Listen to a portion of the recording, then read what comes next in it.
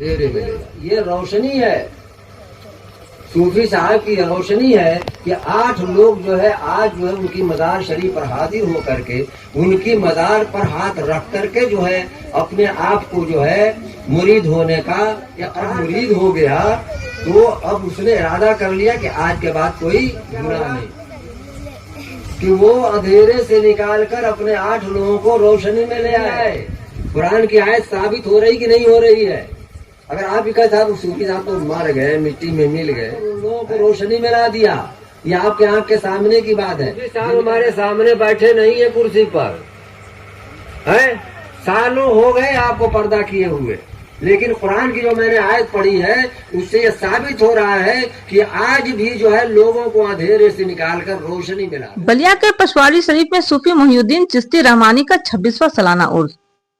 आदाब, मैं शबीना परवीन और आप सभी देख रहे हैं मेरे साथ भारत मीडिया। स्वागत है आपका हमारी विशेष रिपोर्ट में। आज हम आपको लेकर चलेंगे बलिया जनपद के पशवाड़ी शरीफ, जहां अकीदत और मोहब्बत के साथ सूफी मोहिउद्दीन चिश्ती रहमानी रहमतुल्लाह अलैह का 26वां सालाना उर्स। 18 अगस्त को होने वाले इस सालाना उर्स में बड़ी संख्या में ज़ायरीन शामिल हो रहे हैं। कार्यक्रम के अनुसार दोपहर की नमाज के बाद गुसल, चादर पोशी और फातिहा खानी की रस्में अदा होंगी। वही शाम को मिलाद शरीफ का आयोजन किया गया है, जिसमें सूफी साहब के दरबार से बहरी फैज की दरिया और उनकी इंसानियत के पैगाम पर रोशनी डाली जाएगी। आपको बताते कि सूफी हजरत मूल रूप से गाजीपुर के रहने वाले थे, लेकिन अपने खादिम व शीश जहीर अहमद साहब के आग्रह पर वे बलिया के पशवाड़ी शरीफ तशरीफ लाए। जहीर अहमद साहब ने अपनी निजी जमीन पर उनकी मजार मुबारक बनवाई है और आज भी पूरी लगन से उनकी खिदमत कर रहे हैं। पिछले साल सूफी साहब की एक बड़ी कारमात देखने को मिली थी। उनके 25वें सालाना उर्स में 8 खुशनसीब लोगों को उनकी शागिर्दी नसीब हुई थी। इनमें मुनव्वर हुसैन, शब्बीर अहमद, इसरार अहमद, जुनैद अहमद, साजिदा परवीन, सद्दाम हुसैन, शहजाद हुसैन और रेहाना खातून शामिल हैं। इन लोगों को सूफी साहब ने दुनिया से पर्दा करने के 25 साल बाद अपनी मुरीदी में कबूल किया। हजरत ने लिखा है, आदम की खता बख्शी गई, दम में दम आया। आदम की खता बख्शी गई, दम में दम आया।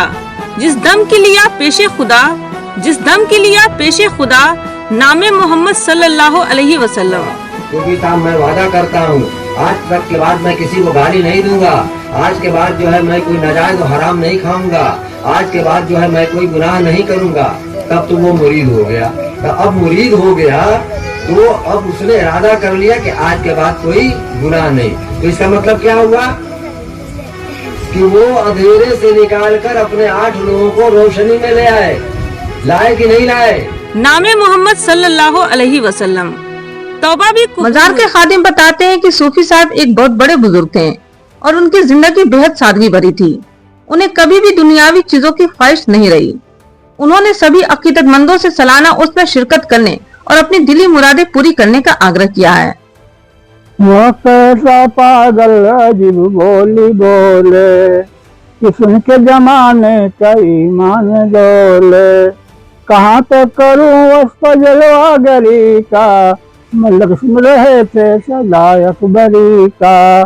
कहा माँ सेवा है न सजदा किसी का, अजीब बात सुनिए जरा बेबसी का।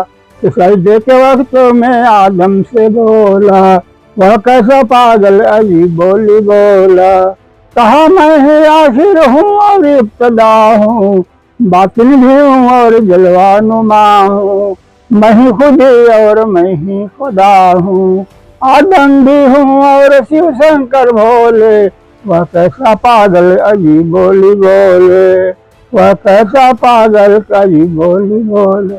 वह कैसा पागल कहाँ से है आया, उसका पता अब तक न पाया। मगर दस्त से अपने पुतला बनाया, न फक्ती कहकर खुद ही समाया। इसी बात को आज सूफी टटोले, वह कैसा पागल अजीब बोली बोले। कहा मैं ही आखिर हूँ और इब्तदा हूँ, बातिन भी हूँ और जलवा नुमा हूँ। मैं ही खुद और मैं ही खुदा हूँ, आदम भी हूँ और शिव शंकर भोले। वह कैसा पागल अजीब बोली बोले, वह कैसा पागल कहाँ से है आया, उसका पता अब तक न पाया। मगर दस्त से अपने पुतला बनाया, न वक्त सी कहकर खुद ही समाया। इसी बात को आज सूफी टटोले, वह कैसा पागल अभी बोली बोले। सूफी साहब के जानशीन हजरत रजी अहमद साहब के अनुसार सूफी मोहिउद्दीन चिश्ती रहमानी 17 जून 1998 को इस दुनिया फानी से रुखसत हो गए थे। यह सालाना उर्स उनकी याद और उनके पैगाम को जिंदा रखने का एक जरिया है। उनकी पहचान क्या है, उनकी शान क्या है? ये अल्लाह वलियुल्लज़ीना आमनू युखरिजूनहुम मिनन नूर इला ज़ुलमात। उनकी पहचान ये है, उनकी शान ये है कि अंधेरे में भटकने वालों को निकाल कर रोशनी में ले जाते हैं। तो ये बुजुर्गाने दीन जो है, ये लोगों को अंधेरे से निकाल कर रोशनी में ले जाते हैं। इनसे मुंसलिक रहना चाहिए। ये हमारे मैदान महशर में भी काम आएंगे। जब हमारे पास कुछ नहीं होगा, मेरे पास कोई नमाज नहीं होगी, कोई इबादत नहीं होगी, कोई रोजा नहीं होगा, कोई सवाब नहीं होगा, हम इधर उधर भटकते होंगे, तो यही बुजुर्गाने दीन जो है हमारे काम आएंगे और ये सिफारिश करेंगे। और ये सारे बुजुर्गाने दीन जो है हजरत मौला अली बार, हजरत पिराने पीर सैयद अब्दुल कादिर जिलानी के बारगाह में जाएंगे। हजरत सैयद अब्दुल कादिर जिलानी रहमतुल्लाह अलैह जो है हजरत मौला अली के बारगाह में जाएंगे और हजरत मौला अली जो है बारगाह रिसालत में जाएंगे और सबकी सिफारिश करके सबकी बख्शिश कराई जाएगी। तो अपने रसूल को आप शाफ़े महशर मानते ही नहीं मानते? मानते हैं ना? ये बताइए, हम अपनी नमाज से जन्नत में चले जाएंगे? ये आपको घमंड है क्या? है?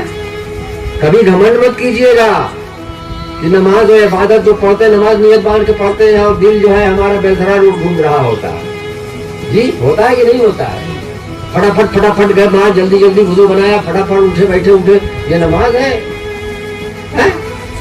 तो अपनी इबादत पर घमंड न करना, और इबादत पर घमंड करना इब्लीस की खसलत है। याद कीजिएगा, उसको भी बड़ी अपनी इबादत पर घमंड था कि नहीं था? पढ़े कि नहीं, सुने कि नहीं?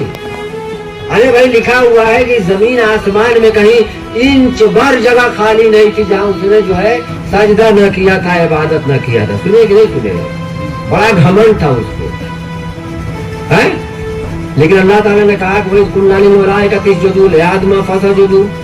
फरिश्तों को हुक्म हुआ कि तुम सजदा करो आदम को, तो सब फरिश्तों ने फसजुदू, सबने सजदा कर दिया, इल्ला इब्लीस, इब्लीस ने नहीं किया। अल्लाह ताला ने पूछा कि तुमने क्यों नहीं किया? सारे लोगों ने किया, सारे फरिश्तों ने कर लिया, इल्ला इब्लीस। तो उसने जानते हैं क्या आज का क्या जवाब दिया? उसने कहा कि अना खलक़तनी मिन नार व खलक़तहू मिन तीन। अजी, मैं मिट्टी के सामने, जो आदम जो है मिट्टी का पुतला बनाया गया, मेरे सामने उनको पैदा किया गया, मेरे सामने उसमें रूह डाली गई, हम उम्र में उनसे बड़े हैं, हमारी पैदाइश आग से है, उनकी पैदाइश मिट्टी से है। भला आग मिट्टी के सामने कैसे झुकेगी? कुरान में ये कौल है उसका, ना खलक़तनी मिन नार व खलक़तहू मिन तीन। मैं आग से हूँ, आदम मिट्टी से है ना?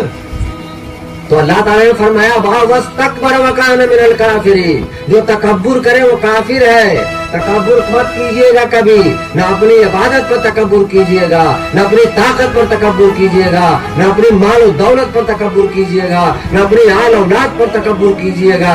तकब्बुर कुफ्र है। जिसने तकब्बुर किया वो इसी जमीन पर मलियामेट कर दिया जाएगा।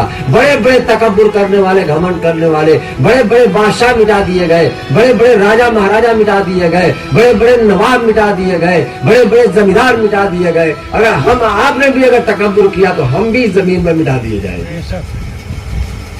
तकब्बुर इतनी खतरनाक चीज है।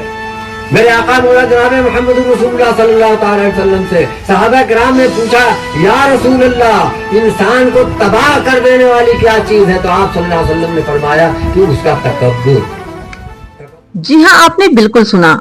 सूफी साहब की करामातें आज भी लोगों के बीच चर्चा का विषय है, जो उनके रुतबे और दूरदर्शिता को बयां करती है। इस आयोजन ने एक बार फिर साबित कर दिया है कि सूफी संतों का फैज और उनकी शिक्षाएं आज भी समाज को राह दिखा रही हैं। इस खबर पर हमारी नजर बनी रहेगी। आप देखते रहिए हमारी विशेष रिपोर्ट और बने रहिए भारत मीडिया के साथ। जन्माष्टमी के धूम के बीच जिस तरह यह हादसा